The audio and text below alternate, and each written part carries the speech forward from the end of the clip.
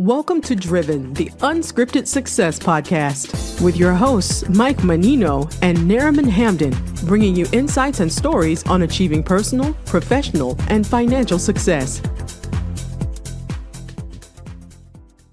Hey guys, I'm Nariman Hamden, and this is Driven, Unscripted Success Podcast. We have another awesome guest on today. We have Maritza Davila. Maritza is a business consultant. She helps grow businesses all over the place. So how are you doing, Maritza? I'm doing great. How about you? I'm doing well. Where are you zooming in from? I am in Colombia right now on a family vacation. Oh, that's really nice. And I know you're from Naples area as well. Yes, I live in Naples, Florida. Yeah, well, like we talked off camera, we'll have to get together when you get in town because, I'm also from Naples.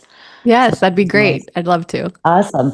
So why don't we kick things off by you telling us about what you do and how you got into what you're doing? Yeah, for sure. So what I do is I work with business owners that have a team. Typically, that's usually my client, and I help them to grow their business. And so a lot of times they're in the service industry in one way or another. And so a lot of different businesses. So I'd like to say I am industry agnostic, but it is typically a service-based business. And I work with owners that really care about their teams, but they are typically really kind of stuck in the day-to-day in the operations. They work more as an operator than they do as an owner. And so I help them to kind of zoom out a bit and see okay, if we are not intentionally growing this company, then it's very reactive. And it always ends up affecting, the culture, not just your revenue and your profit, right? But a lot of times people will grow businesses that they end up hating because they weren't intentional about how they grow it. So I help a lot with that. And I got into this because if you would have asked me 10 years ago, I always wanted to help business owners. And so throughout the years, over the past few years, I had helped different business owners in different capacities. So some in sales, more of a sales focus, another one in more of operations focus, some in some marketing. So, and in different businesses. And then it wasn't until I worked with a business owner that was very much a visionary. And he just added me on to his business. He had 3 different businesses, and he wanted me to be his right hand and, just do it, I have a big vision, but help me to make it come to life. It wasn't until I worked with him, and it was more of a contract base. So I was there for about 3.5 months when I saw that by adding me on, we were able to 5x the revenue of his business in such a short amount of time.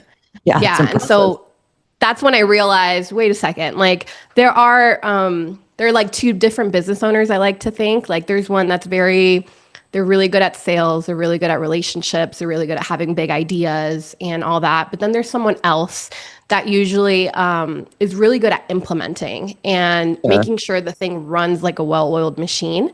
And I am more the second one than the first one, even though I love relationships. And so I still do great there. But I learned I can be kind of like that missing plug for certain business owners to see things in different ways that typically they wouldn't. So.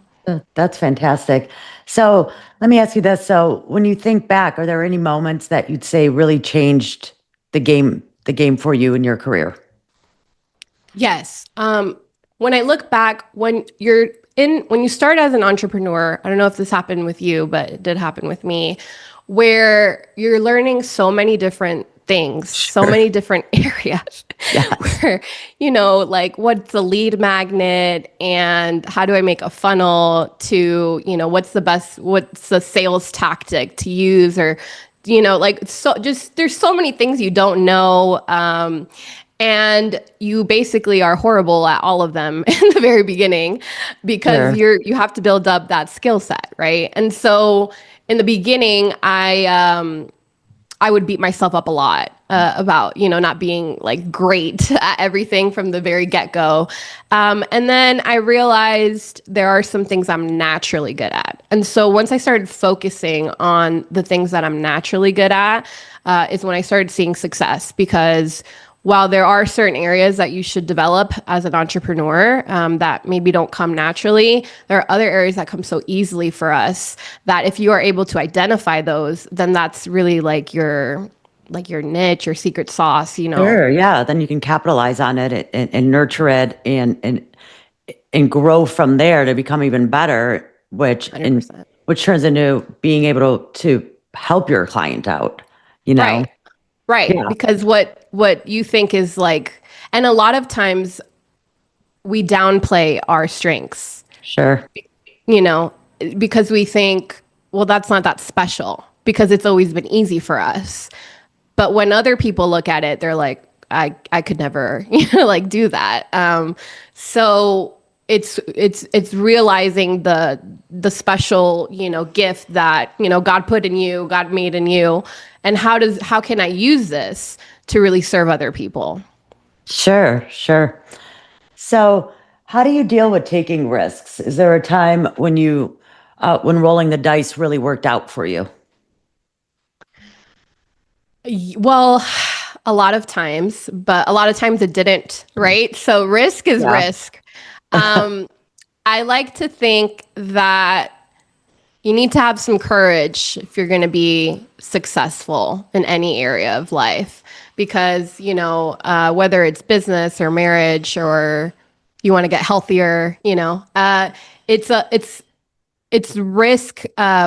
To me is like, you need to take a step without knowing, like what's going to happen and just believing that it's going to be better. The one risk that I think I took that really set the foundation for even my entrepreneurial life was basically my husband. From the moment that before we got married, he told me, do you want to buy a house or do you want to buy a multifamily property? And I told him I want to buy a multifamily property, but it was his idea though, right? So I give him the credit. And that's what we bought that was our first real estate purchase. And that set me up to be able to take on bigger risks because I had something that monthly is obviously bringing me rental income. Yeah. And so that cash flow has essentially lowered the risk as far as financially. I have a little bit more, how can I say? I just have more room to play with, right? Because I don't have to worry about paying my bills every month.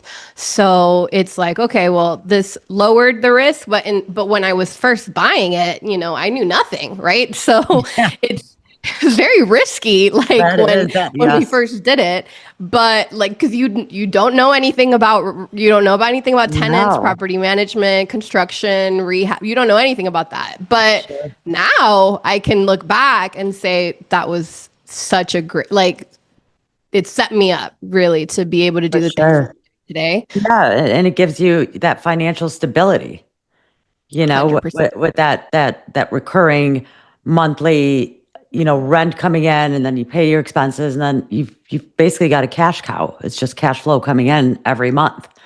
100%. And not to mention the tax advantages that you get on that as well. Right.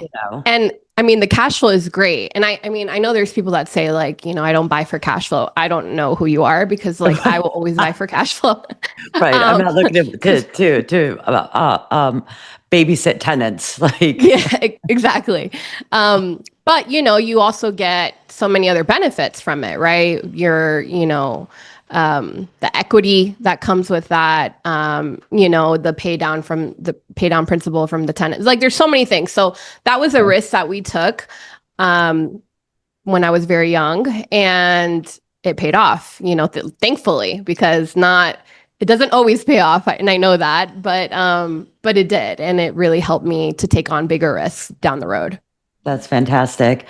So what's a skill or habit you think doesn't get enough credit contributing to your success? A skill or a habit?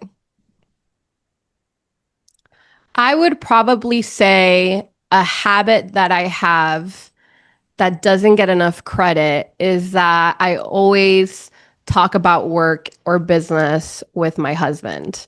And he gives me a different perspective that I don't have. Sure. And it helps me to grow far further than I would if I was just doing it alone. So I think that getting other counselors, so for me, it's my husband and I ask other people, but I think it's a habit because in an abundance of counselors, you have victory. And so I think that a lot of times we think we know it all and it doesn't help us, but I've always been, and it's not like I'm going to listen to everybody because I don't want everyone's opinion, like I can make my own decisions. Yeah, it gets too noisy. It gets a little too noisy, but there are certain people that I really value their opinion and how they see things in the world and in business and marriage. I mean, so many different things. And I like to ask them. And so one of them is obviously my husband, but other people, I do have a couple other people that I like to ask when I'm not sure about what I should do because they're going to give me a different perspective and maybe a different viewpoint than I would have seen myself. Sure. So I'm sure leading a team has its challenges. What's your leadership style? And can you give us an example of how it helped you out through a tough spot? Yeah. So my leadership style, I like to reward performance. And I'm very much I don't want to tell people exactly how to do something because I want to see how they think it through. And I want people to develop their own leadership because I think everyone could be a leader in some capacity. And so I like to tell people, obviously, a general idea, or the people under me, general idea about how I would like something done. Like I want to tell them the end result, but I don't want to tell you like step 1, step 2, or step 3, because I think you have, a brain, Google and ChatGPT, and you could figure it out, Sure, you don't need to micromanage. It's like, I'm not a micromanager at all. And so it's like, if the results are like, I care about the results.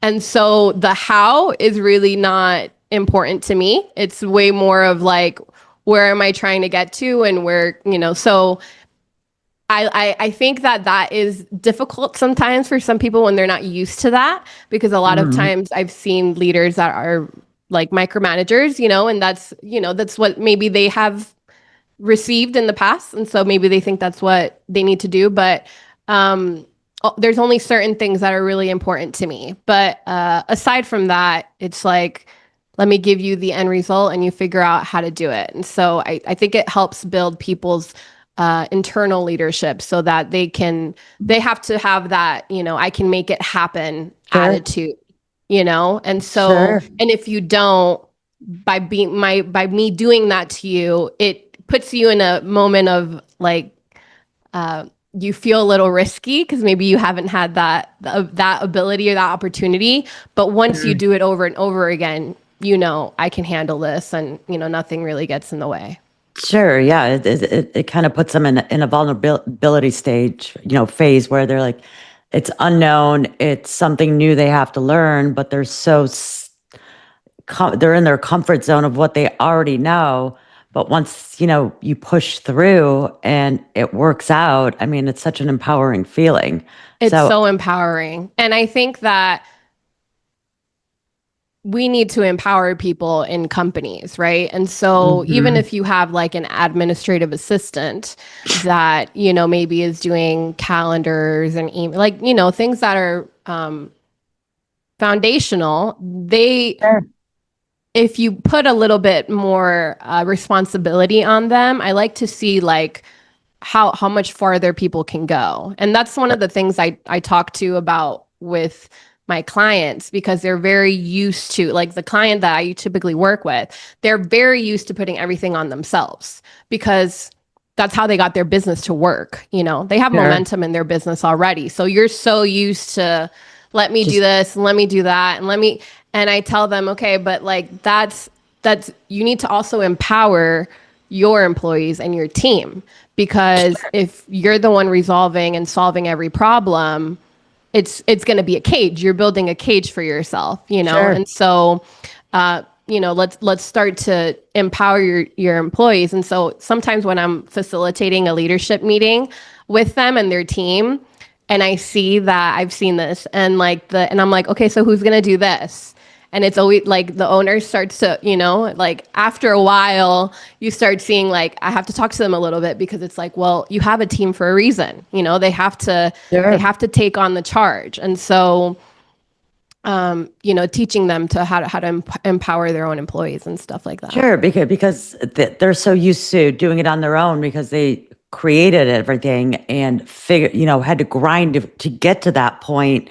And then as they're bringing people onto their team to grow the business even more, they they then have to learn how to delegate job responsibilities to each area and each individual and bring it all together cohesively as well, which, a lot of entrepreneurs will have that challenge in the beginning, where they just want, answer all the questions, just no problem, I'll just do it, and then their team is just standing there, twiddling their thumbs like, well, what am I here for?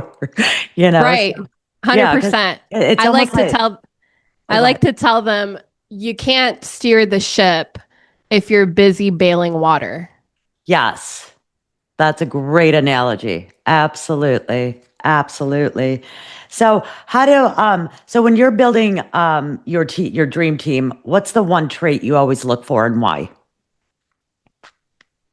The one trait I'm always looking for is something that I kind of alluded to before, is that type of person that has that I can make it happen attitude, even if they don't have the knowledge or the experience to say, hey, I can. It's like there's just this, I see it a lot, even in like the oldest sibling or like the oldest daughter, you'll see little things about that where it's like, oh, you should be doing this way, or like, because they were trained. I don't know about you, but like I'm not the oldest, I'm actually the youngest in my family. Okay. But my sister is someone that I would think of that's like that, because we're immigrants, right? We came from Colombia to the US, and she was the translator, the accountant, the cleaning lady, all this different things, helping your parents, right? And so when you come from that kind of a background, you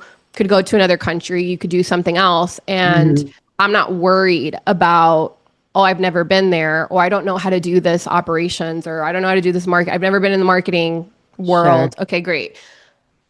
I'm sure I could figure this out though. Like, I'm resourceful. And so I like to think someone that is resourceful is a trait that I'm always looking for in people. Sure. Yeah. It's a big asset to have somebody that's a go-getter and a doer that will make it happen.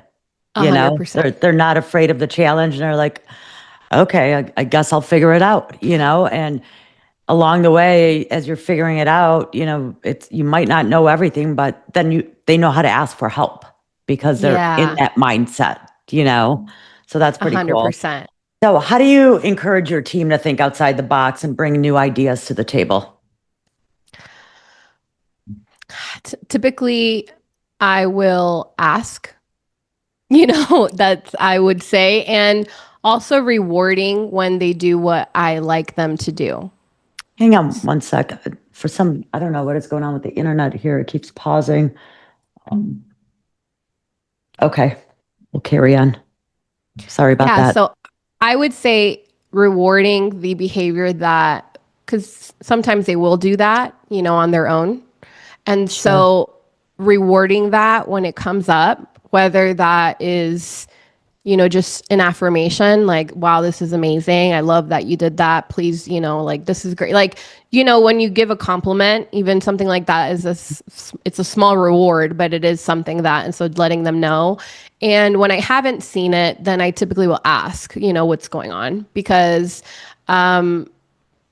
when people under you are bringing up ideas and are, being creative about how can we solve these problems, that's the typical team that I think is the best to nurture, because they want to be there. They're not just there for the paycheck. They're there because, they want, I think that employees really end up being, not like official partners, as far as like equity and things like that go, but they are helping build the company together with the owner. And so it's, again, cultivating that culture of innovation. And I think the best way to do it is really just focusing on when they do what you want them to do.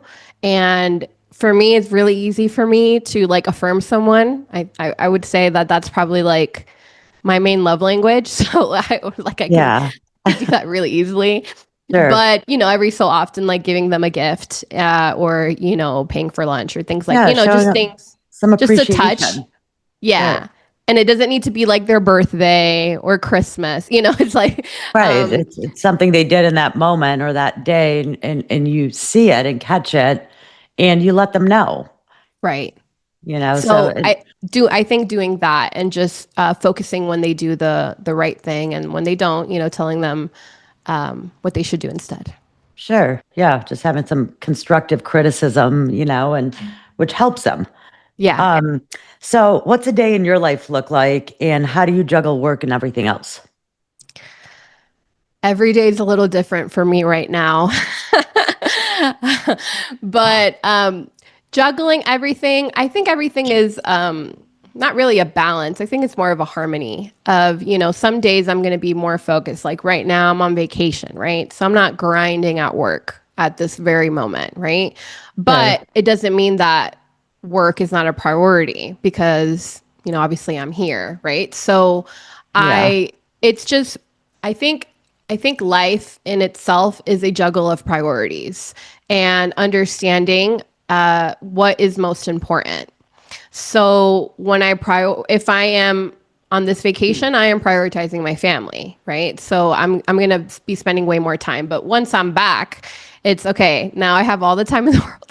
I'm going to go right back to prioritizing work because I don't have children. So I don't have this like crazy, I know they take up a lot of time, obviously, right now. And so I'm well aware. And so, but it's prioritizing, my marriage, my family, my rental properties, the business, all these different things. And I think it's finding a system of this is what I do this, at this time, this is what I do at this. So for example, at the end of the month, obviously I'm making sure there's no issues with the rental properties as far, because we're getting close to when we get, all the income in. And then as far as clients, I have that more operationalized of like when I check in with my clients so that it's, I'm trying to operationalize excellence. I like to think about it that way. I like that. Yeah, I like that. So it's, just building some systems in place that help me. I have my husband and obviously I like to have kind of a meeting with him every like, I would say probably every 2 weeks or so. And it's not planned. It's just something like it comes into, I start to feel it. Like we need to talk about all these different things that are going on so that we know how to make sure that we're on the same page. And so same thing with, the company. I tell my clients, you should be having a weekly leadership meeting with your team, with your leadership team, so that everyone understands what is priority and what are we doing this quarter. So we're not focused on this annual goal. An annual goal is almost too big, because we start thinking in the beginning of the year, I want to do this, but it's how do we shorten the time frame from the annual goal, cut it up into quarterly goals, and then how do we make that into a weekly goal? And so I like to think that the cadence of how often you meet, whether it's with your husband, your employees, or the people, if you have like a team or someone that like comes to your house and helps you with that, how often you're meeting with them to make sure everyone's on the same page and we're prioritizing what actually matters in the business. Sure. So, has there been a book, a podcast, or a mentor that's really changed your outlook or approach?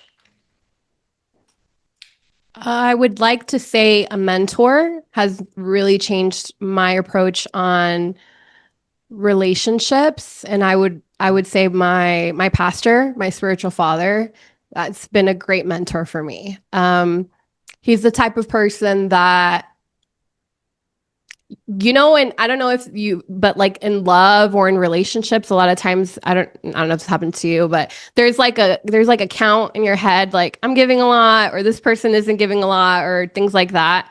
He's the type of person that doesn't keep count, Okay. It's like, Yeah.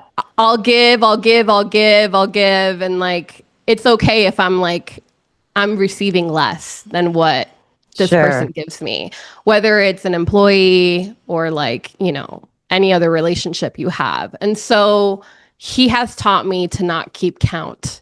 Yes. And Very so, important. yes. And it's a lot easier said than done, I would like to know. Sure.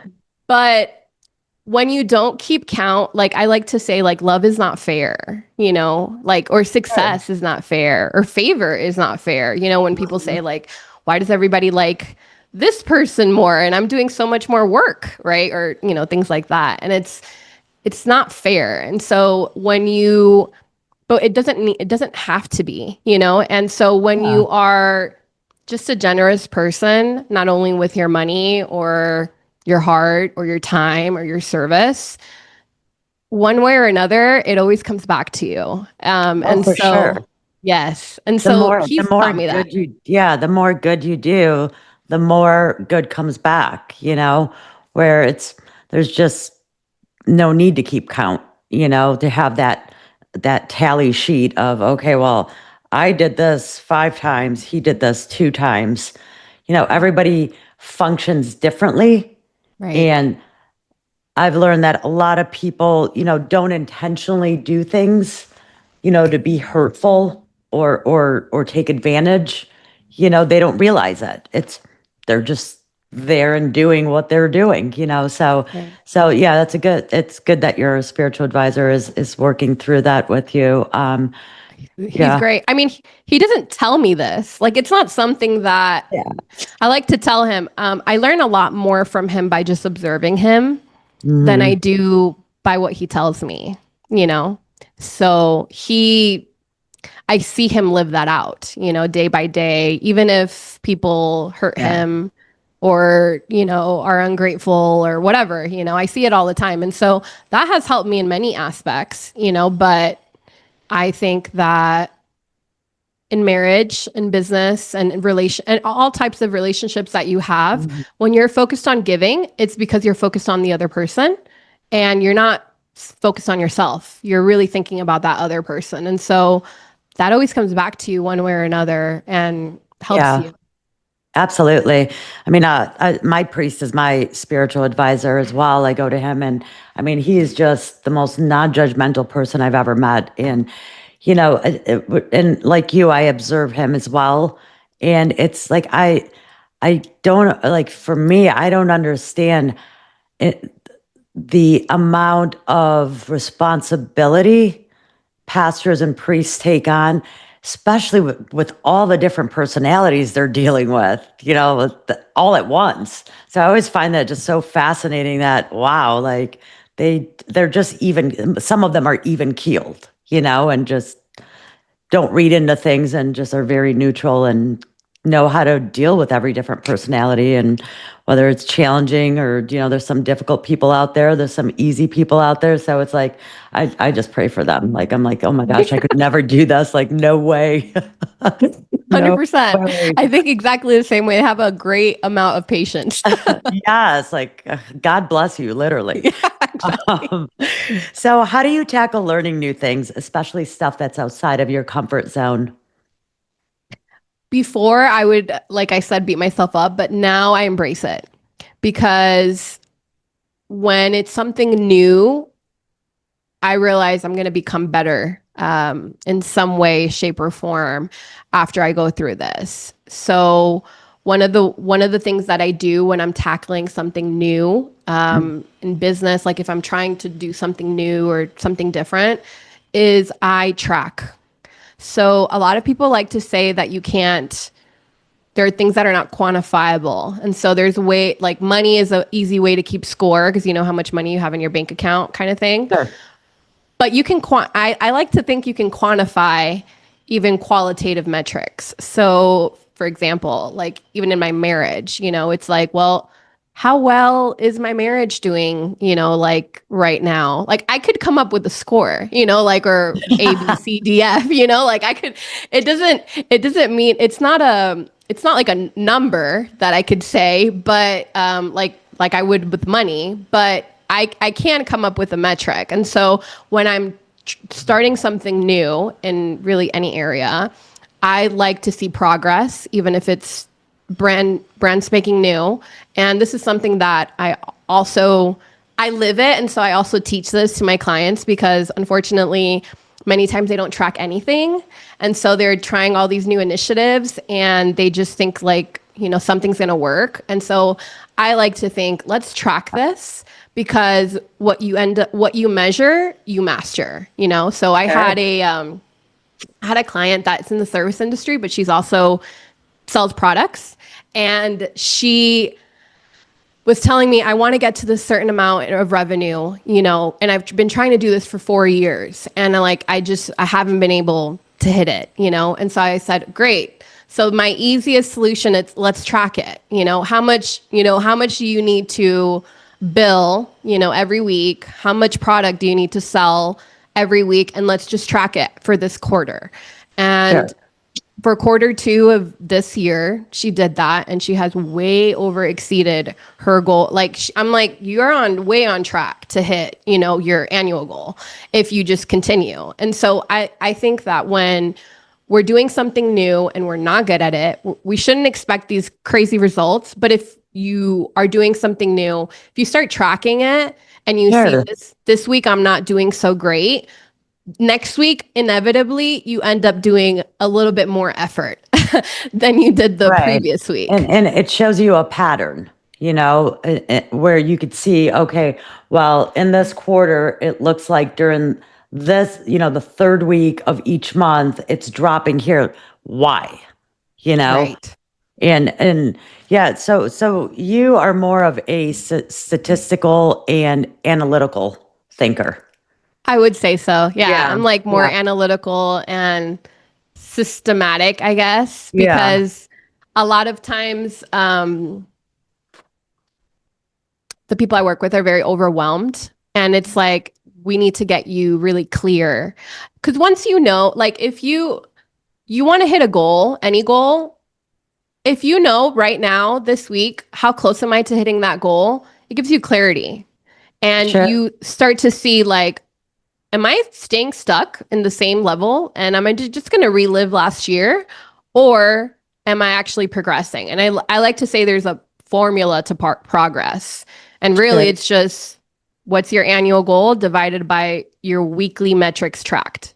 That will inevitably bring progress. And most people don't, not just business, most people don't track anything, so. Right.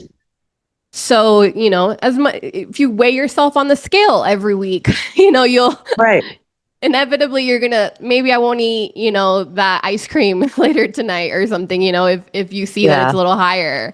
So I like to track because it just gives me a lot of clarity as to where I'm at compared to where I want to be. Sure. So, well, it sounds like things are going really well and with you and your business. I know you shared that rental properties are a form of passive income for you. Is there anything else that you do for passive income and investing? My husband does, but I just stick to what I know, and I know real estate pretty well, and so I just stick to real estate just because it's been easy to understand for me, and I need to understand where I'm investing my money, so that's where I stick to. My husband does do other things, but I don't understand them, so. Sure. Stay in your lane. So I let him play on that playground, but I stay on mine with real estate. That's great. So as we're wrapping up the interview, what do you have planned for the next 6 to 12 months? Even So the next 6 to 12 months, I have my biggest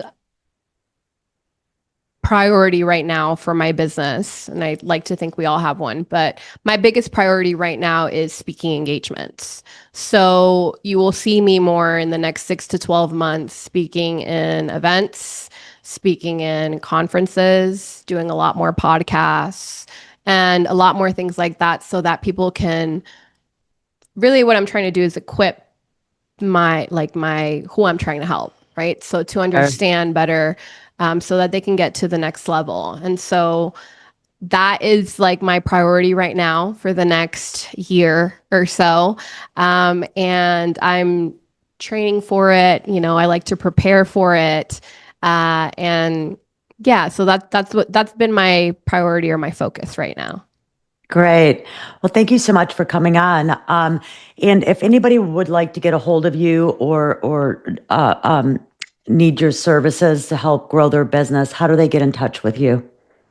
Yeah, well, very easy way. They can email me. Just email me at maritzamethod@gmail.com. That's an email specifically just for that. And, I can send them the link to schedule a call with me. I'm happy to offer a free call to, any of your guests if they want to get more clarity on their strategy for their business. I typically, that's who I work with, is business owners with a team, but happy to offer that to any of your listeners. And yeah, they could just email me. It could be that simple. And then we can schedule from there. Great. I appreciate that. And if you would spell out your email. Yeah. Maritza. So it's MARITZA method, METHOD Maritza method@gmail.com. All right, guys. Well, that's how you get a hold of Maritza if you need any of her help with business consulting and growing your business and taking you to the next level. Thanks, guys, for tuning in, and we'll see you next time.